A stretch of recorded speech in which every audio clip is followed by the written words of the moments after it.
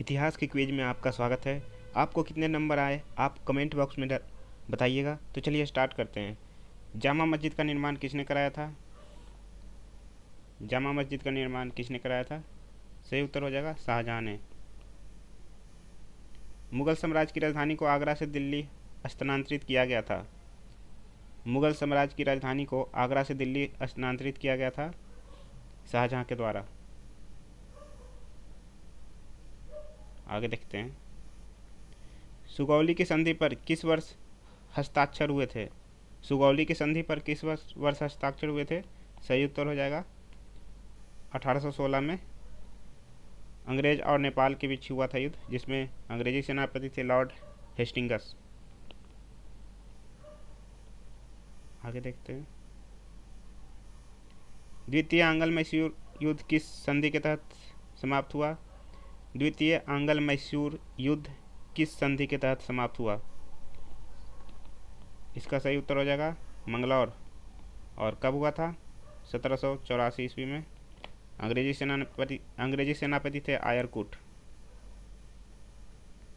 आयरकुट थे अंग्रेजी सेनापति।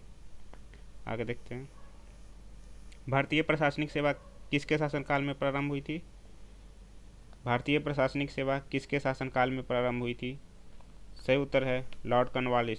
और लॉर्ड कॉर्नवालिस ने ही 1793 में कॉर्नवालिस कोड दिया था, और इसने ही बंगाल में स्थायी भूमि बंदोबस्त लाया था। लॉर्ड कॉर्नवालिस ने कॉर्नवालिस कोड दिया था 1793 में, और प्रशासनिक सेवा का इसको जनक माना जाता है।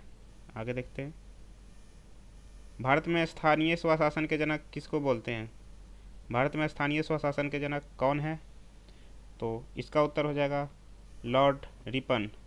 लॉर्ड रिपन को स्थानीय स्वशासन का जनक कहते हैं। इसने 1882 में लाया था स्थानीय स्वशासन, और इसको भारतीय समाचार पत्र अधिनियम 1878 था, उसको भी रद्द किया था लॉर्ड रिपन ने।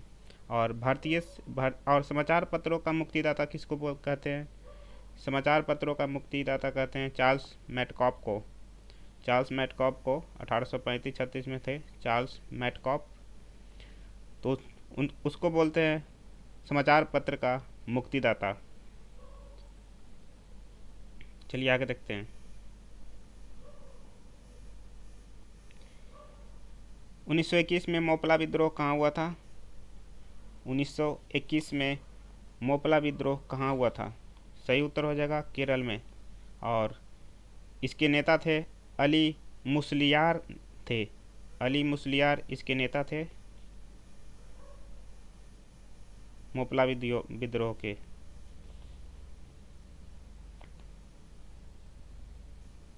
चलिए आगे देखते हैं। दोहरी शासन नीति को किसने समाप्त किया था? दोहरी शासन नीति को किसने समाप्त किया था?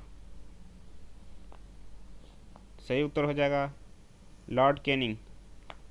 लॉर्ड कैनिंग ने 1858 के जो एक्ट था उसके तहत दोहरी शासन नीति को समाप्त कर दिया था। और यह नीति कब लागू हुआ था? यह नीति लागू हुआ था 1784 के पिट इंडिया एक्ट के तहत। 1784 के पिट इंडिया एक्ट के तहत दोहरी शासन नीति लागू किया गया था, और 1858 ईस्वी के एक्ट के तहत इसको समाप्त किया था लॉर्ड कैनिंग ने। चलिए आगे देखते हैं। अवध के अंतिम नवाब कौन थे? अवध के अंतिम नवाब कौन थे? तो अवध के अंतिम नवाब थे वाजिद अली शाह। और वाजिद अली शाह को 1856 में डलहौजी ने कुशासन का आरोप लगाकर हड़प लिया था। तो अंतिम नवाब थे वाजिद अली शाह। नेक्स्ट देखते हैं। तात्या तोपे को वास्तविक नाम क्या था? तात्या तोपे का वास्तविक नाम क्या था? तो इनका वास्तविक नाम था रामचंद्र पांडुरंग। रामचंद्र पांडुरंग इनका नाम था। मिस्टेक था, सही कर लीजिएगा। नेक्स्ट देखते हैं। विनोबा भावे किससे संबंधित है? विनोबा भावे किससे संबंधित है? ते पवनार से संबंधित है। और 1940 में इनको महात्मा गांधी ने व्यक्तिगत सत्याग्रही चुना गया था, इनको महात्मा गांधी के द्वारा। और 1983 में इनको भारत रत्न भी मिला है, विनोबा भावे को। तो भी विनोबा भावे किससे संबंधित है? पवनार से। आगे देखते हैं, देव समाज का संस्थापक निम्नलिखित में से कौन था? देव समाज का संस्थापक कौन थे? तो देव समाज के संस्थापक थे शिव नारायण अग्निहोत्री। शिव नारायण अग्निहोत्री ने देव समाज की स्थापना किया था, 1887 में किया था, लाहौर में। तो देव समाज के संस्थापक थे शिव नारायण अग्निहोत्री, 1887 में किया था, लाहौर में किए थे। आगे देखते हैं, दास प्रथा के उन्मूलन से संबंध गवर्नर जनरल कौन थे? तो दास प्रथा से कौन रिलेटेड है? सही उत्तर हो जाएगा एलन बारो। एलन बारो ने ही 1843 में दास प्रथा का उन्मूलन किया था और इनका कार्यकाल था 1842 से 44, एलन बारो का। भारत के गवर्नर जनरल थे इस समय। आगे देखते हैं, 1899 में भारतीय राष्ट्रीय कांग्रेस द्वारा प्रकाशित प्रथम साप्ताहिक पत्र का नाम क्या था? भारतीय राष्ट्रीय कांग्रेस द्वारा 1899 में साप्ताहिक पत्र प्रकाशित किया गया था, उसका नाम बताइए। सही आंसर हो जाएगा इंडिया।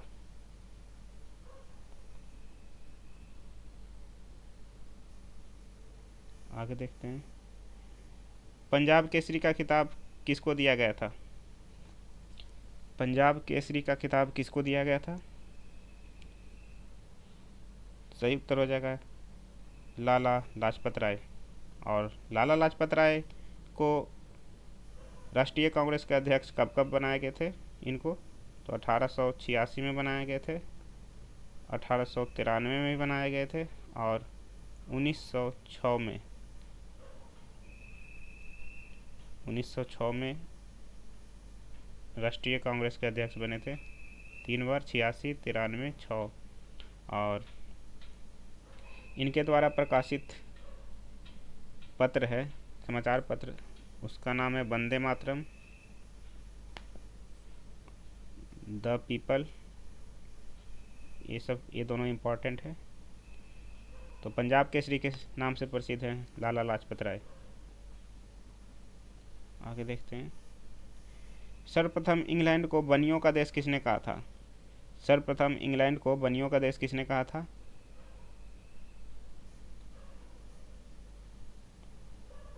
सही उत्तर हो जाएगा नेपोलियन ने। नेपोलियन ने इंग्लैंड को बनियों का देश कहा था। नेक्स्ट देखते हैं, अभ्युदय समाचार पत्र से संबंधित है। अभ्युदय समाचार पत्र से कौन संबंधित है? तो अभ्युदय का प्रकाशन किए थे मदन मोहन मालवीय 1907 में। अभ्युदय समाचार पत्र मदन मोहन मालवीय से संबंधित है। आगे देखते हैं, इंडिया डिवाइडेड नामक पुस्तक किसने लिखी? इंडिया डिवाइडेड नामक पुस्तक किन्होंने लिखी है? इसका उत्तर हो जाएगा डॉक्टर राजेंद्र प्रसाद। और यह पुस्तक भारत पाकिस्तान का जो विभाजन हुआ था और उसमें जो दंगा हुआ था उस समय लिखा गया था इनके द्वारा। नेक्स्ट देखते हैं, भारत में सचिव का पद किसके द्वारा निर्मित किया गया था? भारत में जो सेक्रेटरी का पद है वो किसके द्वारा निर्मित किया गया है? तो यह निर्मित किया गया है भारत शासन अधिनियम 1858, भारत शासन अधिनियम 1858 के द्वारा। आगे देखते हैं, अंतिम क्वेश्चन 20, दिसंबर 1911 को पहली बार जन गण मन कहाँ पर गाया गया था?